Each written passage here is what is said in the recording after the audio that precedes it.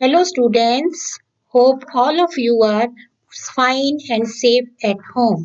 आज की क्लास का ऑब्जेक्टिव है जीन्स प्याजे theory of cognitive development. Jean प्याजे द्वारा प्रतिपादित संज्ञानात्मक विकास का सिद्धांत। जीन प्याजे is called as the father of child psychology. Switzerland के मनोवैज्ञानिक जीन प्याजे ने संज्ञानात्मक विकास का सिद्धांत की रचना की। जीन प्याजे ने जन्म से परिपक्वता तक संज्ञानात्मक विकास की प्रक्रिया को 4 अवस्थाओं में विभाजित किया। एक एक करके हम इन अवस्थाओं को डिस्कस करेंगे। तो पहली अवस्था है ज्ञानेंद्रिय जनित गामक अवस्था। ज्ञानेंद्रिय सेंसरी गामक मोटर सेंसरी मोटर स्टेज या इसको संवेदी प्रेरक अवस्था भी कहा जाता है।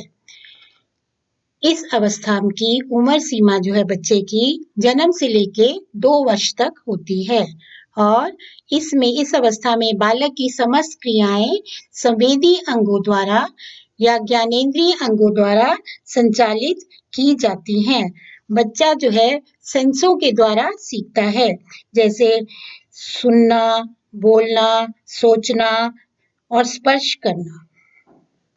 दूसरी अवस्था है पूर्व संक्रियात्मक अवस्था, प्री ऑपरेशनल स्टेज। इस अवस्था में बच्चे की उम्र सीमा 2 से 7 वर्ष तक होती है।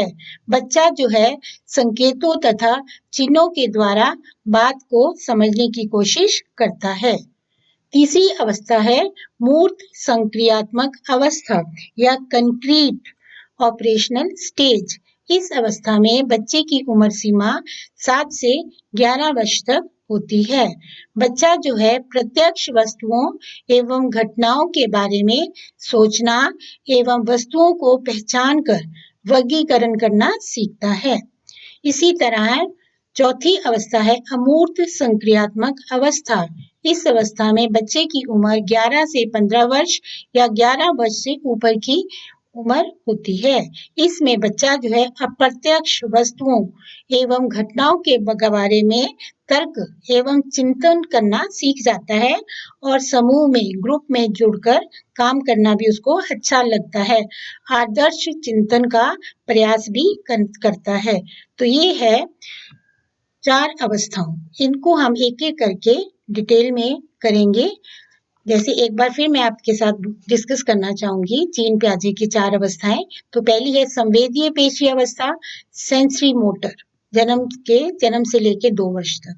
दूसरी है पूर्व संक्रियात्मक अवस्था, प्री ऑपरेशनल, 2 से 7 वर्ष तक। तीसरी है मूर्त संक्रियात्मक अवस्था, कंक्रीट ऑपरेशनल, 7 से 12 वर्ष तक।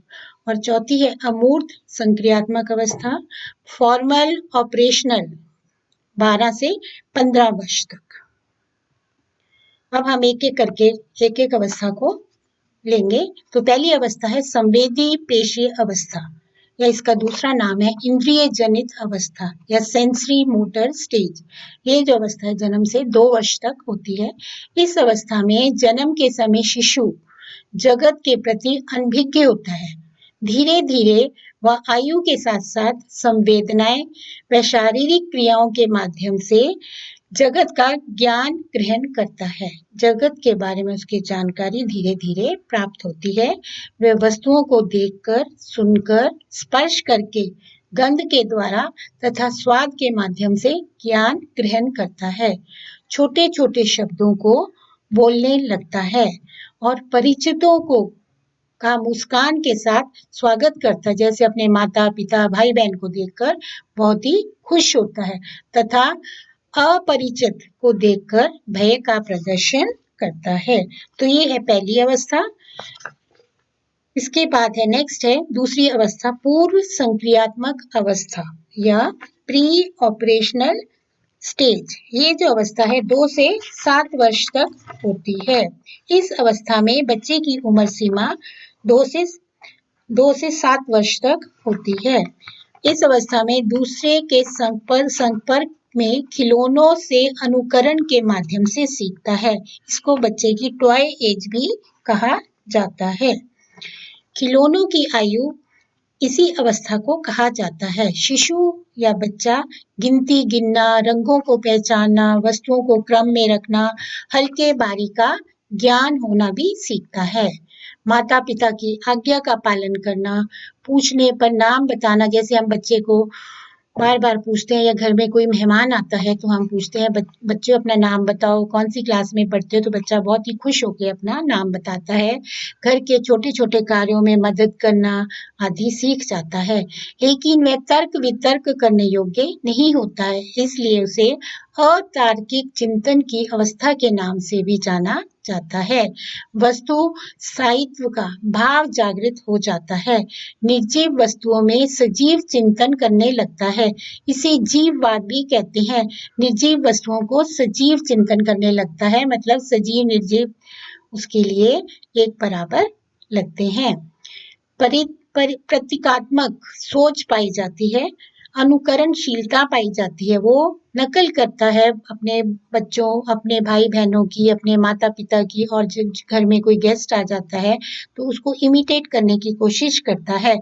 शिशु अहमवादी होता है, इगोइस्टिक होता है, अपने को ज्यादा महत्व देता है और दूसरे को कम महत्व देता है। ये दूसरी अवस्था है पूर्व संक्रियात्मक अवस्था, या इसको कहा जाता है प्री ऑपरेशनल स्टेज।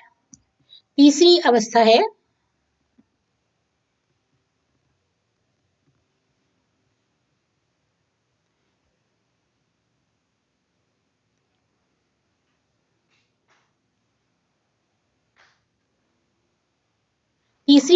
स्थूल मूर्त संक्रियात्मक अवस्था, कंक्रीट ऑपरेशनल स्टेज। यह अवस्था में उम्र की सीमा होती है 7 से 12 वर्ष तक। इस अवस्था में तार्किक चिंतन प्रारंभ हो जाता है, लेकिन बालक का चिंतन केवल मुहूर्त प्रत्यक्ष वस्तुओं तक ही सीमित रहता है। मतलब जो वो देखता है उसी को फॉलो करता है, उसी को महत्व देता है।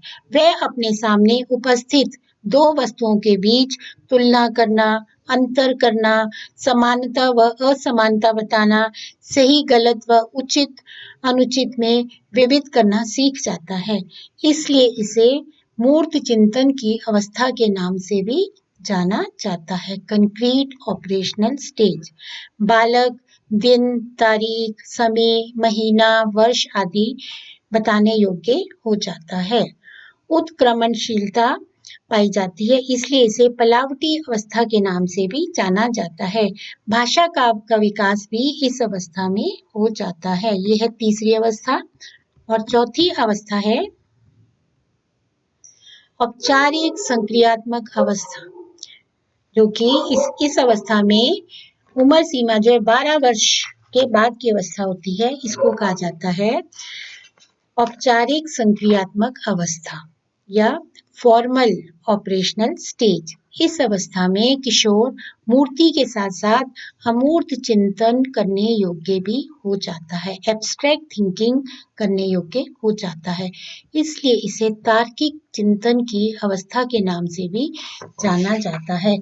इस अवस्था में मानसिक योग्यताओं का पूर्ण विकास हो जाता है। इस अवस्था में परिकल्पनात्मक चिंतन पाया जाता है।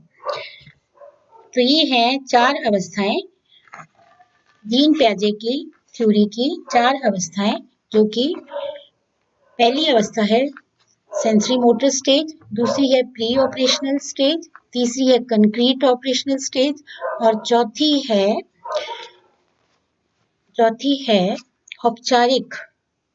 औपचारिक संक्रियात्मक अवस्था। अब हम डिस्कस करेंगे जीन पियाजे का शिक्षा में योगदान। शिक्षा में आप इसकी थ्योरी को कैसे इम्प्लीमेंट कर सकते हो।